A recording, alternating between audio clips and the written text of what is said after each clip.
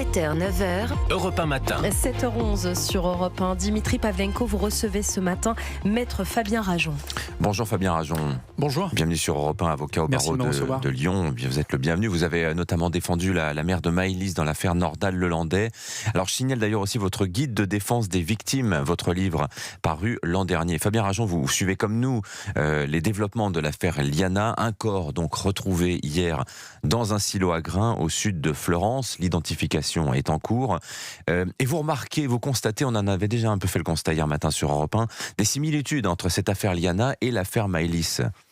Oui, quelques similitudes, même si bien sûr chaque dossier est distinct et spécifique, mais quelques similitudes.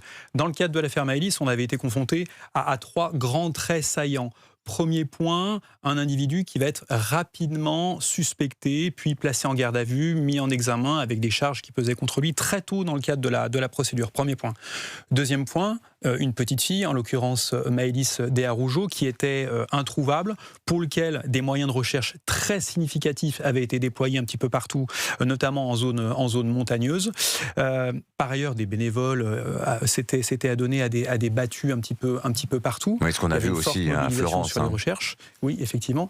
Et cet individu qui avait été suspecté ne concourait pas à la manifestation de la vérité et refusait de nous dire s'il avait une part de responsabilité et surtout où était la petite Maëlys vivante ou hélas décédée. Ces trois traits saillants, je les retrouve, toute proportion gardée, mais je les retrouve dans cette affaire, effectivement. Alors tout le monde se dit à propos du mis en cause Jérôme B, il faut qu'il parle. Seulement, il sera le dernier que les enquêteurs vont interroger. C'est l'ordre procédural, si je puis dire. La procureure Doche l'avait d'ailleurs dit très clairement lors de sa conférence de presse, il y a 2 jours, il faut qu'il parle. Ah oui, mais c'est peut-être son dernier moyen de se protéger à ce stade. Oui, et il faut rappeler aussi que le droit au silence figure parmi les grandes prérogatives des accusés, des mis en cause dans le cadre des procédures pénales. Il ne s'agit pas de le remettre en question. Je voudrais aussi vous dire que finalement, on peut se passer d'aveu dans de nombreuses procédures criminelles. Parce que il faut constater les grands progrès de la police technique et scientifique, les progrès de l'IRCGN, l'Institut de recherche criminelle de la gendarmerie nationale, qui peuvent nous permettre, parce que nous avons foultitude d'éléments pour l'accusation, de nous passer d'aveu. Mais il est vrai que l'aveu reste la reine des preuves et que l'aveu permet d'avancer. L'aveu permet aussi de se figurer la personnalité d'un mis en cause et sa capacité à prendre du recul sur des faits. Ce qui n'est pas indifférent sur le quantum de la peine qui sera prononcé bien plus tard devant une cour d'assises. Alors, on va se placer maintenant du côté des victimes, Fabien Rajon. On imagine l'horreur pour la famille de Liana. Que traverse-t-elle en ce moment à la lumière de votre expérience ? Je pense qu'ils sont broyés par les événements, très clairement. Ils perdent leur enfant, ils doivent être sollicités de toutes parts, et je pense que leur avocat, leur conseil doit faire en sorte de les protéger, notamment de cette déferlante médiatique. Ils sont tenus au courant de l'enquête ? Oui, ils peuvent être tenus au courant de l'enquête. Alors, je dirais par leur conseil, par leur avocat, premier point. J'imagine également qu'un enquêteur a été affecté à la relation entre, d'une part, l'institution judiciaire et les enquêteurs sur le terrain et la famille. En tout cas, c'est ce qui avait été le cas dans le cadre de l'affaire Maëlys, et c'était plutôt efficace, parce qu'il y a une autre réalité, c'est que dans ce type d'affaires, on a de multiples, innombrables fuites qui font que parfois, une famille de victimes va être mieux informée par des médias comme le vôtre ou par des chaînes info que par les enquêteurs ou par le magistrat. Ça, c'est une réalité qu'on constate, que moi j'ai constaté dans le cadre de l'affaire Maëlys. Je peux vous donner un exemple. On a appris par voie de presse la fracture à la mâchoire de la petite Maëlys, résultat de l'autopsie, avant même qu'on en soit informé par le procureur de la République ou par le juge d'instruction. C'est une réalité à laquelle on a été confronté. Des actes d'enquête dont un journaliste va être ami, par exemple, ou proche d'un proche de l'enquête, ça peut aller beaucoup plus vite finalement que la procédure judiciaire. Oui, et que l'accès au dossier par l'avocat, parce que quand on se constitue partie civile dans le cadre d'une information judiciaire, on a accès au dossier, j'ai accès au dossier en qualité d'avocat, mais j'ai accès à un dossier qui est actualisé bien plus tard par rapport aux actes d'enquête effectués. En d'autres termes, vous avez un enquêteur qui va trouver des éléments à charge vis-à-vis d'une personne mise en examen, un élément qui fait basculer une enquête à telle date, cet élément sera cette pièce sera rentrée au dossier d'instruction chez le juge d'instruction et consultable par l'avocat de la partie civile, peut-être 3 mois plus tard. Alors, vous avez vu comme nous l'ouverture de cette enquête administrative à l'initiative du garde des Sceaux et du ministre de l'Intérieur, Laurent Nunez, à propos notamment de la plainte d'août 2025 visant Jérôme B. Cette plainte extrêmement problématique, semble-t-il. Qu'est-ce que vous constatez, vous, avec votre regard d'avocat, sur ce point précis du dossier? Sur ce point précis, avec peut-être prudence et recul, parce que je n'ai pas accès à tous les éléments, je dirais que j'ai accès aux informations qui peuvent transparaître dans la presse.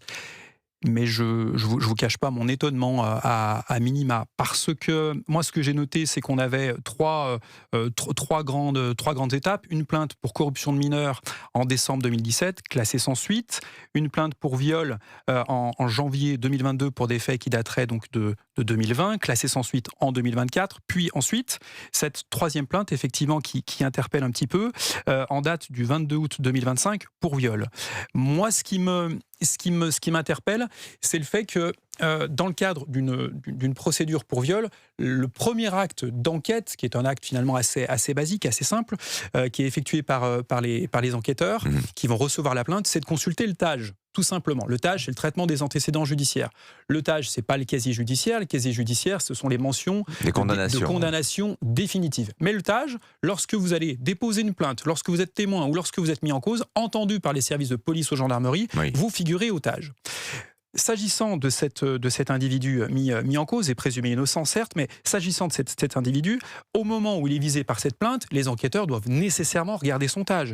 Et ils doivent se rendre compte qu'on a déjà 2 procédures pour des violences sexuelles. Oui.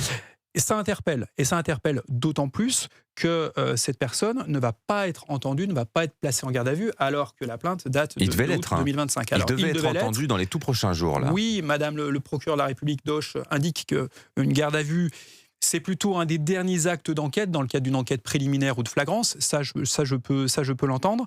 Mais on regarde ce TAJ, je pense qu'on aurait pu imaginer une autre stratégie, à savoir l'entendre rapidement, ce d'autant plus que dans ce type de dossier, en général, on ne cherche pas de multiples preuves sur les faits de viol sur mineurs. Bien souvent, les enquêteurs comme les magistrats savent que, en réalité, on n'a pas besoin de beaucoup d'éléments pour ensuite envisager une ouverture d'informations judiciaires. En tout état de cause, ces antécédents caractérisait, je pense, une phase en plutôt un visage assez sombre, Fabien qui Rajon. aurait dû nécessiter, à mon sens, une prise de conscience assez rapide de la part des enquêteurs. Plus globalement, au-delà de ce point précis du dossier, est-ce que vous avez, vous aussi, le sentiment, l'expérience de ces dysfonctionnements de la justice? On a quand même l'impression que là, ce sont toutes les lourdeurs, toutes les pesanteurs, tout l'engorgement habituel du système police-justice qui nous saute aux yeux quand même dans cette affaire-là.